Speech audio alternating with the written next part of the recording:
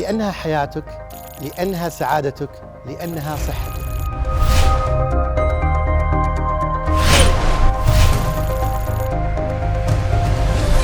الدنيا هبة الله، فعش فيها بصحة وعافية.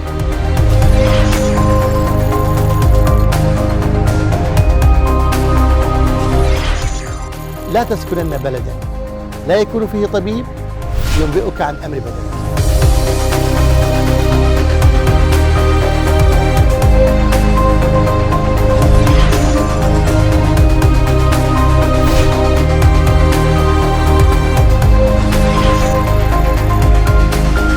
كن على علم بكل جديد في الطب.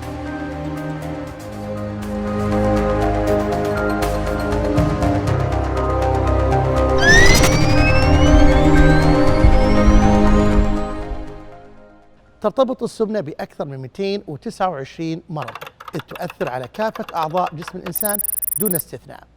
وقد صنفت المؤسسات العلمية والعالمية السمنة كمرض يتوجب علاجه فوراً، وليست مجرد علاج تجميلي وخارجي. وتحتل المملكة العربية السعودية مراكز متقدمة في مستوى انتشار السمنة، إذ تبلغ النسبة أكثر من 36%. هذه النسبة عالية وقد تزايدت منذ بداية السبعينيات بعد ثورة النفط، وذلك بسبب تغير نمط الحياة وتغير المعيشة. وتعرف السمنة بأنها زيادة عالية في مستوى الدهون في جسم الإنسان، أو عندما تكون كتلة الجسم أكثر من 30 كيلوغرام لكل متر مربع. وتحسب كتلة الجسم عن طريق قسم الوزن بالكيلوغرام على الطول بالمتر المربع، ويعتبر الوزن المثالي والكتلة المثالية ما بين 20 إلى 25 كيلوغرام لكل متر مربع.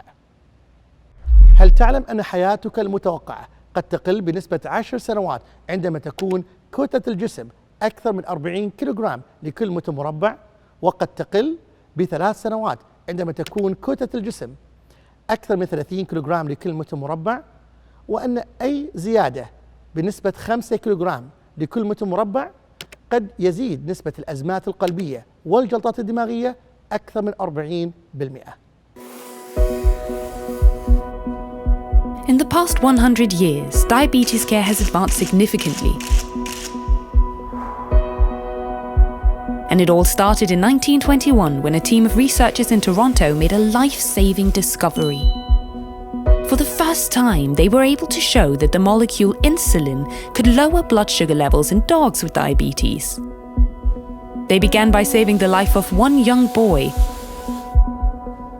But by 1923, insulin was in production globally, and researchers were busy discovering new ways to refine the formulation, minimize the dosing frequency, and decrease the burden of treatment.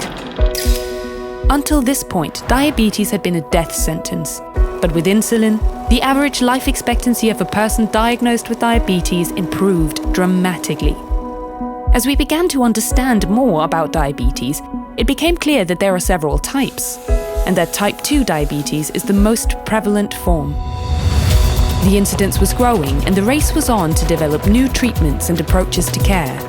New technologies like the portable glucose meter eventually made it easier for people to monitor their condition, and the discovery of HbA1c enabled physicians to better assess blood sugar management and evaluate the impact of lifestyle changes and medication on long-term health outcomes. The 1980s saw the development of human insulin, which was highly purified and could be produced in unlimited quantities, as well as the launch of the first insulin pumps and insulin pens, which improved quality of life and gave people a discreet and precise means of self-administering the right dose of insulin when needed. Before long, insulin analogues were developed to more closely mimic the body's natural pattern of releasing insulin. And treatment options expanded for people with type 2 diabetes, with medicines like GLP-1 analogues, which went beyond blood sugar control to also regulate appetite and food intake. In recent years, a new generation of insulins arrived to reduce the daily burden of care by offering even greater flexibility and by helping people avoid low blood sugar levels and reduce the risk of weight gain. Today, people with diabetes have more treatment options than ever, including GLP-1 in a tablet and digital health initiatives that include smart insulin pens and continuous glucose monitoring devices, which are making it easier for people to manage their treatment and their blood sugar levels.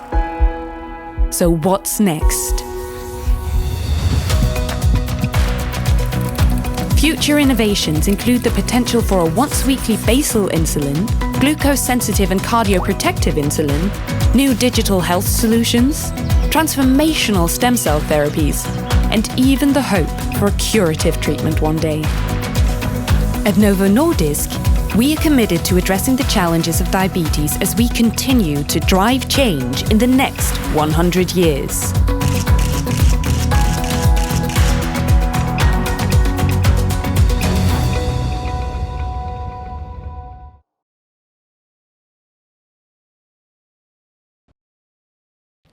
إن أسباب السمنة قد تكون لأسباب عديدة، قد تكون لأسباب بيئية متعلقة بنمط الحياة وقلة الرياضة وطريقة الأطعمة، وقد تكون لأسباب جينية وراثية، وقد تكون أيضا لأسباب هرمونية كخمول الغدة الدرقية ومقاومة الأنسولين وفرط إفراز الغدة الكظرية.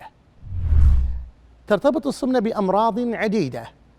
السمنة قد تؤدي إلى زيادة العرضة إلى أمراض السكري وارتفاع ضغط الدم والكوليسترول، وعندما تستمر السمنة ولوقت طويل فقد تؤدي إلى أمراض مزمنة وآلام في الظهر وخشونة في المفاصل. تؤدي أيضا إلى تسكير النفس الليلي والشخير، وتؤدي إلى زيادة العرضة للأمراض السرطانية وقلة الخصوبة. ولا ننسى أنها تؤدي إلى العديد من أمراض النفسية كالقلق والاكتئاب. وحسب الدراسات العلمية بيّنت أن السمنة تعتبر أحد عوامل الخطورة التي تسبب الهجمة الحادة لفيروس كورونا، ولهذا نزول الوزن بشكل جيد يقلل العرضة للإصابات الشديدة من فيروس كورونا.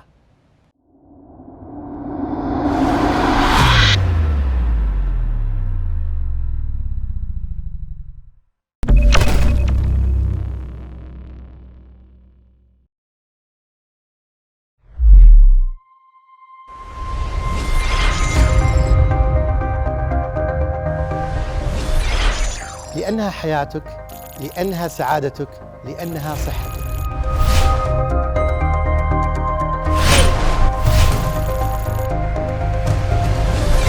الدنيا هبة الله، فعش فيها بصحة وعافية.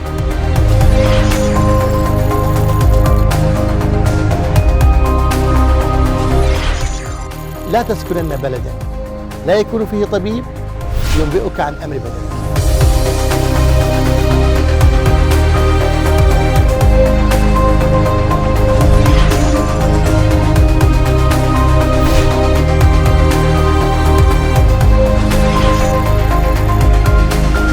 كن على علم بكل جديد في الطب.